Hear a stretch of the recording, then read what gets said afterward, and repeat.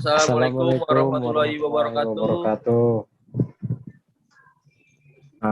Kami dari kelompok 1, perkenalkan nama saya Mohan Eka Parwata. Kenalkan, nama saya Andika Ramadan. Perkenalkan nama saya Wahyu Febrianto. Perkenalkan, nama saya Rian Anggano. Kenalkan, nama saya Putri Nurul.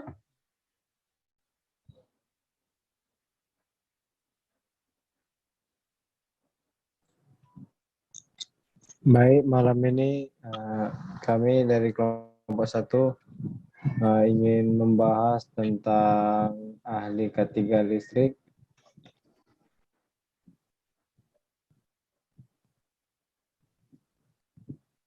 Yang dimana materi ini pertamanya akan dijelaskan oleh teman kami yang bernama Andika. Baik, terima kasih. Putri, next Put.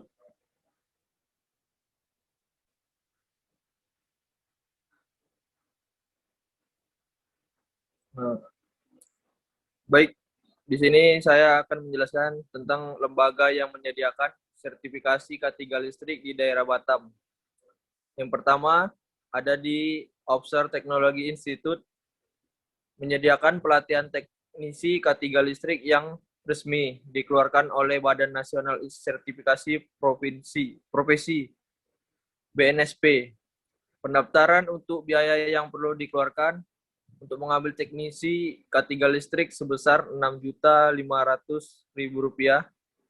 Untuk link pendaftarannya ada di sini.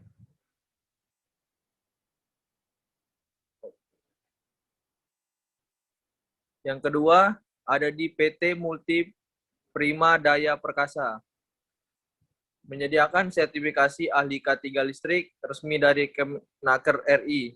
Biaya investasi untuk mengambil sertifikasi ahli K3 listrik di PT Multi Prima Daya Perkasa sebesar Rp15.500.000 per orang. Link pendaftarannya sudah ada di sini. Terima kasih. Sekian dari saya.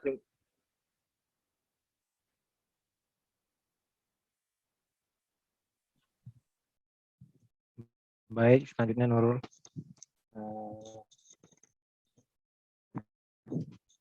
Baik, kali ini saya akan menerangkan sedikit, yaitu salah satu contoh lowongan kerja perusahaan yang dimana membutuhkan salah satunya itu ada sertifikat K3 listrik. Ini ada namanya PT HK Sentra Corporindo, ya, lokasinya di Jakarta. Dia mencari tenaga maintenance elektrikal, yang dimana itulah membutuhkan sertifikat K3 listrik. Untuk ini dia tugas dari maintenance ini. Ini Putri, slide-nya boleh dilanjutin. Nah, tujuannya itu dia menghandling dan memaintenance dan menginstalasi peralatan listrik di tempat kerja. Jadi ini PT ini karena bergerak di manufaktur, jadi dia itu tidak sama dengan maintenance di perusahaan migas ya. Nah, di sini dia lebih kepada perawatan dan pemeliharaan alat-alat produksi mesin dan bagaimana cara instalasi kelistrikan untuk skala pabrik. Kalau untuk gaji, karena ini adalah untuk ahli, biasanya memang gaji itu dia nego ya. Banyak perusahaan yang untuk ahli listrik K3 ini, dia itu kalau soal gaji memang harus nggak sama ya. Mungkin kalau contohnya di tempat kerja saya itu sekitar 8 juta mungkin ada. Ini untuk pekerjaan ini saya menemukannya di website yang ada di screen ini ya. Baik, terima kasih. Selanjutnya boleh lanjutin Nurul.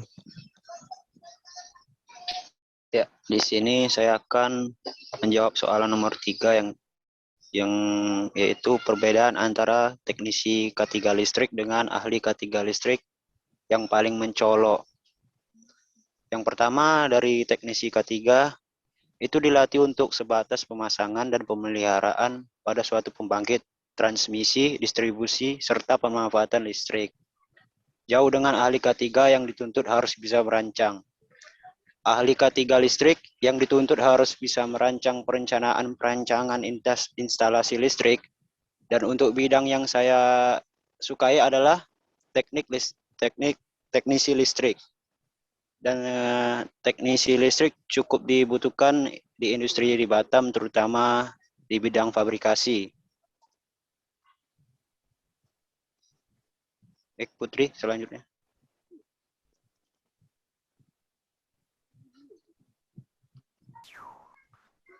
Baik, Selanjutnya. di sini saya akan menjelaskan tentang apakah K3L termasuk dalam regulasi di bawah PUIL 2011. Ya, karena arti K3L sendiri merupakan kesehatan, keselamatan, keamanan, dan lingkungan, yang artinya kekuatan yang mendorong komitmen Kopipetsel untuk meningkatkan kesadaran akan keberlanjutan dan wawasan lingkungan. Dan PUIL 2011 sendiri merupakan ketentuan-ketentuan pemasangan instalasi listrik serta pemilihan peralatan dan perlengkapan instalasi listrik tegangan rendah. Dalam PUIL 2011 juga diperkenalkan penggunaan peralatan dan perlengkapan instalasi dengan teknologi yang lebih maju yang bertujuan meningkatkan keamanan instalasi.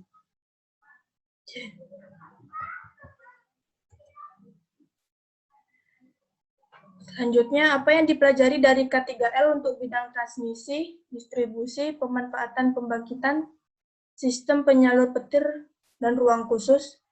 Yang dipelajari adalah melakukan perencanaan, pemasangan, penggunaan, perubahan, pemeliharaan, pemeriksaan, dan pengujian pada berbagai kegiatan kelistrikan. Adapun kegiatan kelistrikan yang dimaksud mencakup pembangkit listrik, transmisi listrik, distribusi listrik, dan pemanfaatan listrik. Selanjutnya, perbedaan perencanaan, pemasangan, dan pemeliharaan yang dimaksud pada kurikulum sertifikasi K3L adalah perencanaan suatu rencana sistematis yang tersusun dalam bentuk program K3L dari penentuan kebijakan rencana program sampai dengan evaluasi beberapa audit yang bertujuan untuk memastikan kinerja program K3L dapat terkontrol dan terevaluasi. Sedangkan pemasangan adalah sebuah proses dan cara. Dan pemeliharaan adalah kombinasi dari berbagai tindakan yang dilakukan untuk menjaga suatu aset dan memperbaiki agar selalu dalam keadaan siap pakai untuk melaksanakan produktivitas secara efektif, efisien, dan sesuai dengan standar.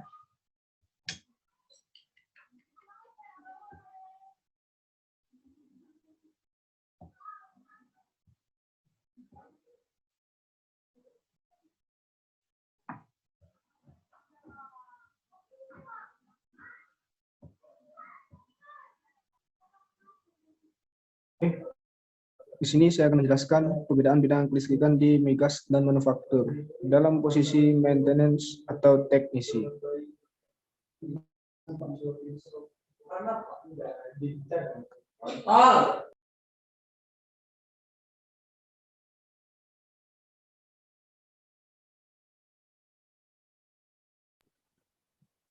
Yang pertama, sarung tangan.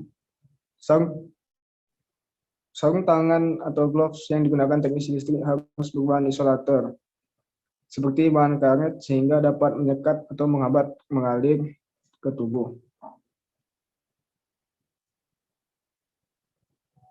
Yang kedua ada helm safety. Itu sering digunakan teknisi listrik pada pekerjaan instalasi listrik bertingkat dan juga pada pekerjaan jaringan listrik, JTM, JTR, dan transmisi. Helm safety diharapkan dapat melindungi kepala para teknisi listrik dari benda yang jatuh.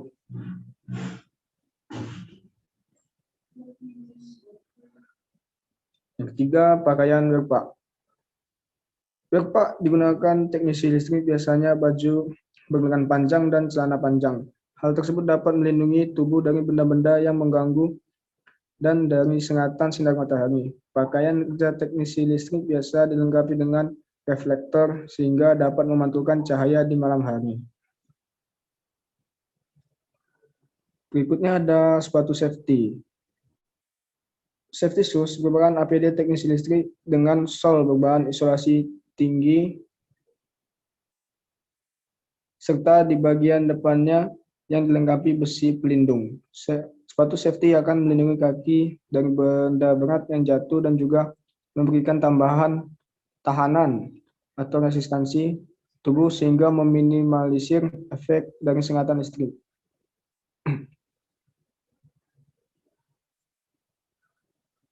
Face shield. Face shield sebenarnya tidak wajib digunakan bagi teknisi listrik, namun tidak ada salahnya digunakan sebab dapat melindungi muka, khususnya mata dari bunga atau percikan api yang timbul akibat kesalahan instalasi. Sabuk pengaman, safety belt. Safety belt merupakan alat pelindung diri saat bekerja di ketinggian. Alat ini wajib bagi teknisi listrik yang bekerja pada jaringan tegangan rendah, jaringan tegangan menengah, dan jaringan transmisi.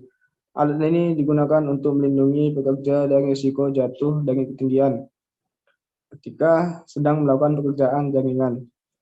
Seperti namanya, alat ini digunakan di pinggang dan tali pengamannya dilingkarkan di tiang sehingga apabila pekerja jatuh, maka alat ini akan mengamankan pekerja dengan cara menggantungkannya.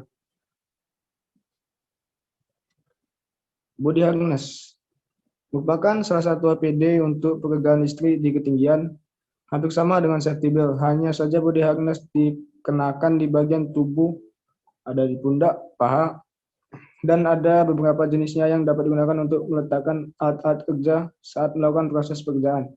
Alat ini menghubungkan pekerja dengan tali pengaman utama saat pekerja terjatuh.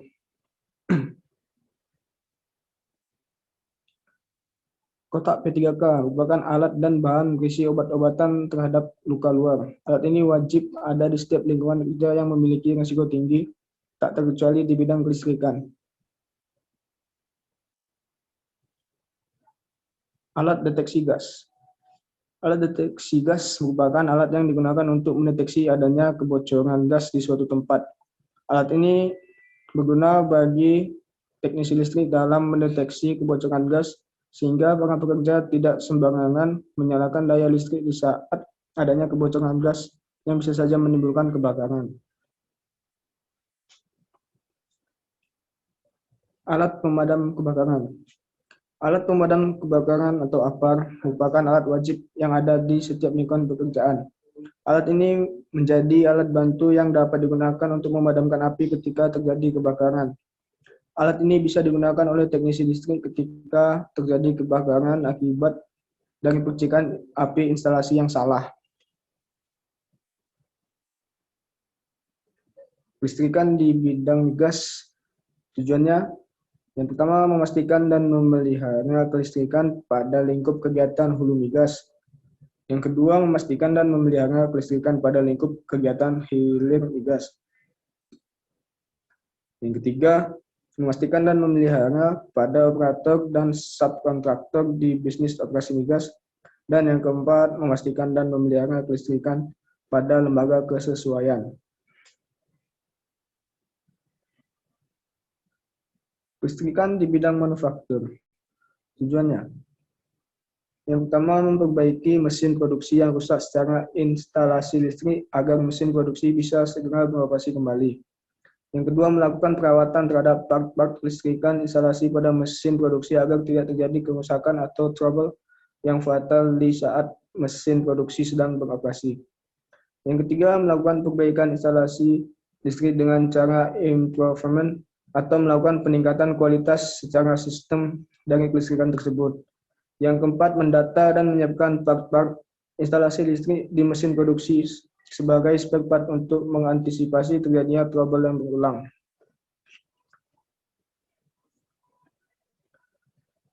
Baik, mungkin cukup sekian dari penjelasan saya. Apabila ada salah kata, mohon maaf.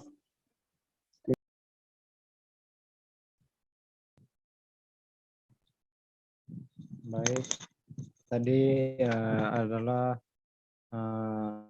hasil dari topik yang kami sudah bahas bersama. Mungkin kurang dan lebihnya kami mohon maaf. Kami tutup. Sekian dan terima kasih.